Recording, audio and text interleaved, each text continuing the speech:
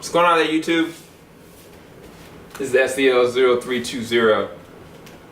What's up, everybody? I was like, I don't know who you are, but you gotta say something. Practice my whip dance. What kind of whip you got? Practice my whip dance. I don't know what kind of whip you got. You gotta describe it. Is it Ferrari? Is it Lamborghini? Is it Bugatti? Or is it an old Volkswagen? It doesn't matter. I'll probably describe it as like a 10. It doesn't matter what it is. It's probably a 10. What's going on there, YouTube? We are back for a brand new spoiler-filled review of the show Arrow, and oh my gosh, this episode was nuts. So many different things happened in this episode, especially coming off of last episode, because in the last episode, I mean, basically, I was convinced more than anybody that Oliver had been brainwashed to the point that he was no longer himself, and his willingness to do whatever it takes to become the heir to the demon. And especially when he was going to kill Nyssa, especially when he was going to kill the group. Like, I mean, even his skills seemed more honed, more focused. He seemed as though when I first met him in the first season, in the first episode, like he was even more far gone emotionally than I've ever seen him. And so in this episode, like it threw me for a loop, because in the beginning of the episode, what was the first thing that happened in the episode? Oh yeah, they showed, like, I guess the aftermath of what happened when the young boy Tatsu and Sato's son was exposed to the Alpha and Omega, and they were trying to find out how to inoculate him. They were trying to get to a pharmacy, and they were in desperate need to try to do something about it. And then it cut to what was going on in Nebula Parbat. And when they were there, it was like, I was like, what happened? Oliver at first was basically doing what he was perceived to do as being the heir. But then they cut back to a scene with John and, oh yeah. So John was going and doing like his vigilante thing, and he almost lost himself. He got angry, and he almost beat a man to death with his bare hands. And basically Felicity like kirked out on him. She was like, look, like, what is wrong with you? I know you angry, I know you feel betrayed. He's like, no, you don't understand. The man that I loved, that I cared about, that made me go back and readjust my life to centralize and not focus on my anger of my brother dying because of these certain means, is the one that betrayed me, that took my wife out of our home and left my baby there. Like, yeah, I'm pissed, and that's beyond that. And I knew it was serious at that point, but when Malcolm went to the island and met up with Oliver, that joint threw me. I didn't expect that Oliver and Malcolm to work together to come up with an elaborate scheme. And that, to me, is everything in this episode kept me off guard. To the point when, like, you find out that Sato was the one that gave the Alpha and Omega to Ra's al Ghul after losing himself. And then even like the very end, Oliver left them there with the Omega, killing them. Like, it wasn't so much that like he's like, okay, I'm gonna kill Malcolm and leave them there to rot while I get married. No, I'm gonna leave that there, not give them any promise of anything, not even give them any semblance that I care or love them.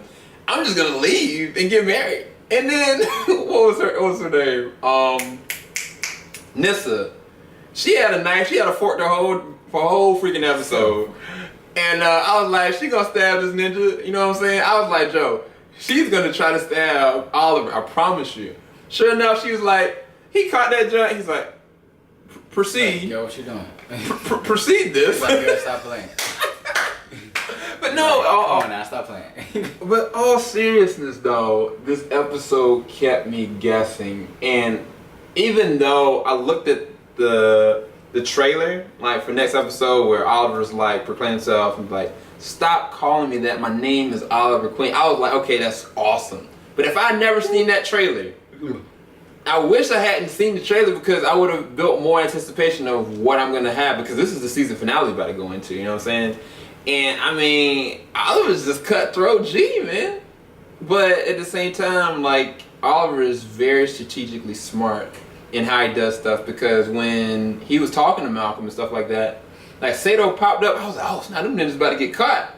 Like Malcolm was gone. I was like, where the ninja go? He had the ninja vanish skill, ninja vanish, and he was just kind of sitting there meditating and joint. And then that was when they kind of had that conversation about making peace about the demons. Essentially, like if you had the opportunity of going back to Tatsu, would you take it? Like, you know, and he was like, you don't understand, like, that's not my escape from my cage. My cage is something that is on the inside of my heart. Like, I feel guilt for allowing my son to die. And that was a really sad moment. It was really sad for me. I've been talking too much. I'm gonna let you talk. It was a great episode. I just love getting surprised in this episode. But what are your thoughts, though? Oh man, I don't know if you guys paid attention, but one thing, I'm not saying you guys don't pay attention. What I'm saying is, like, one thing I noticed about this episode is the acting level on this episode.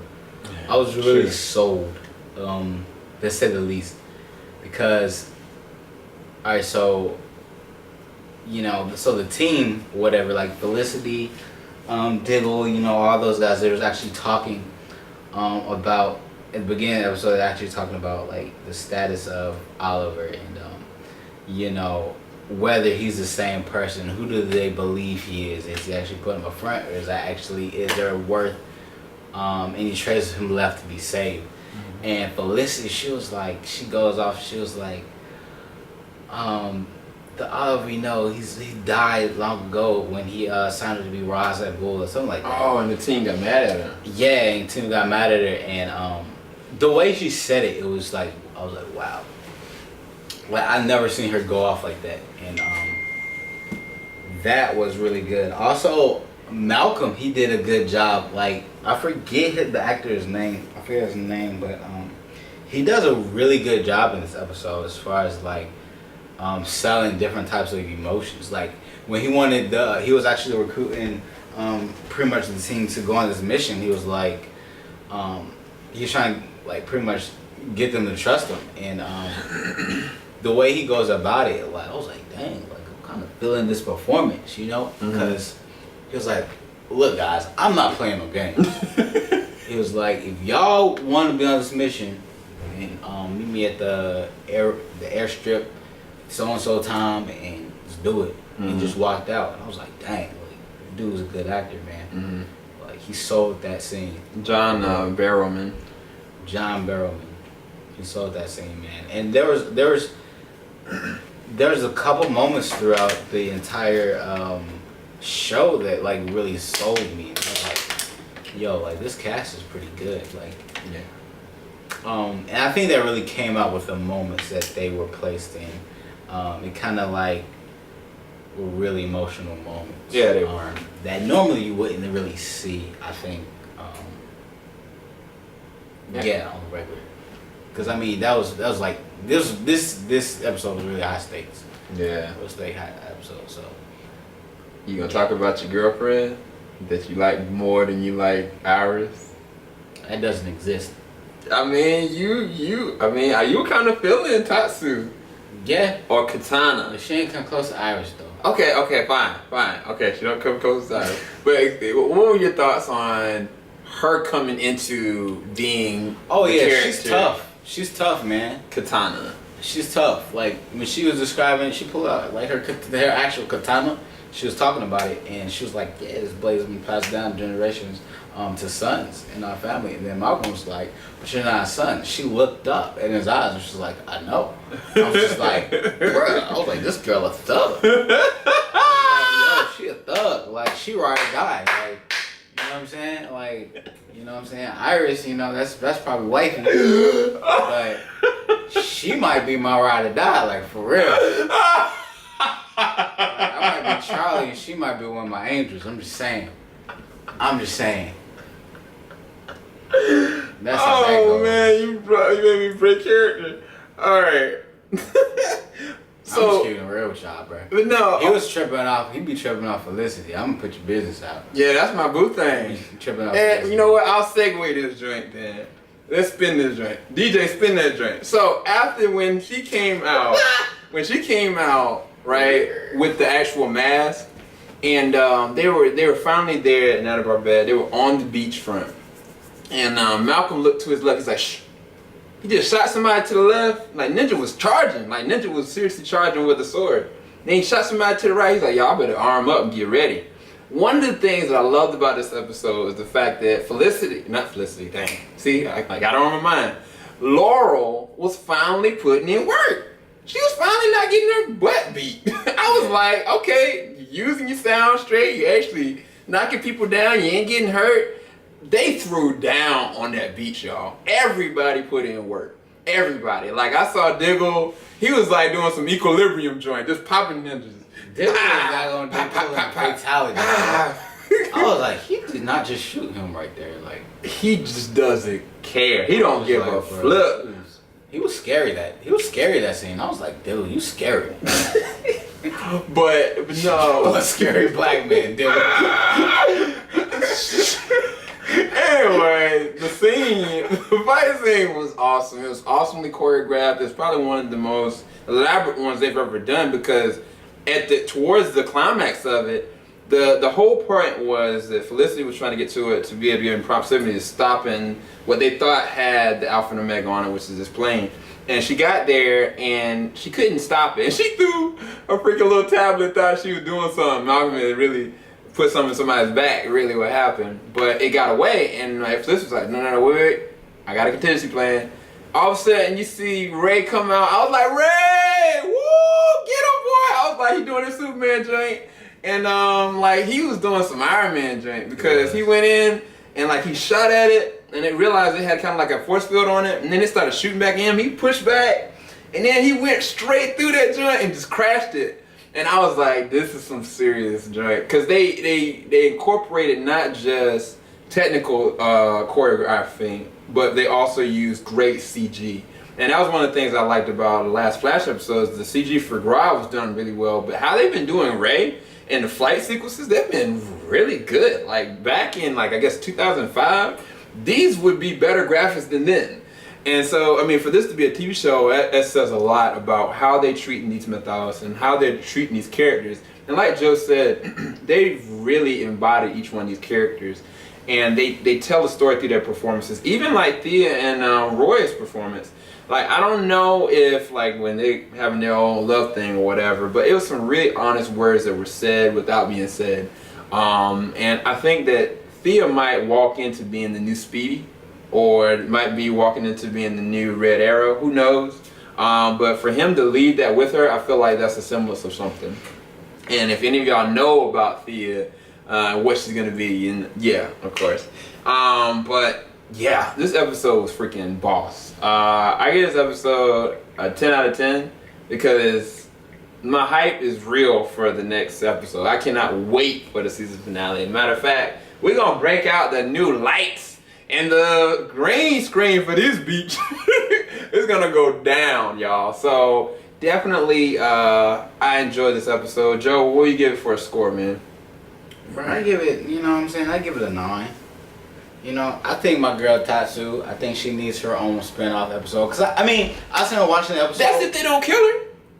Think about this, though. She had to bury her son, and she had to kill her husband. Like, True. That's some heavies. I think she needs her own show just based off that. But I want to know about you, Tatsu. I mean, I agree. What are you going through right now? The problem is what they've been doing with Deathstroke, with Deadshot, and with Katana, because they're going to be in the Suicide Squad cinematic universe of DC, they don't want to have two separate characters, or two of the same characters in different biographies, I guess. Gotcha. And what they've been doing is basically erasing these characters. And so in this end of this one, they kept her away because she was inoculated. But what they did with her, I don't know. It's left to interpretation. But I know that the character, the person that plays her character, she's not in the season finale. So, I mean, I hate that. I'm glad it didn't kill her, because that was my worry, that was my dread. But yeah. So you gave it a 9 out of 10. Oh yeah. I gave it a 10 out of 10. So much shit. Hopefully y'all enjoyed the episode. Please leave your likes below if you enjoyed our spoiler review for this. Leave your comments, anything you want to talk about. Like, it was an awesome episode, and I cannot wait for the season finale. Are you hyped for the season finale, bro? Yeah. Alright, man. And this dude, he just started season 3. If he got hyped for it, then you know you are hyped for it. I'm just playing. This is SCL0320 signing out. Hopefully y'all enjoyed this. Have a good one. Right, Have a blessed one. Take it easy. Later, everybody. Much love to all the fans out there. And you're gone.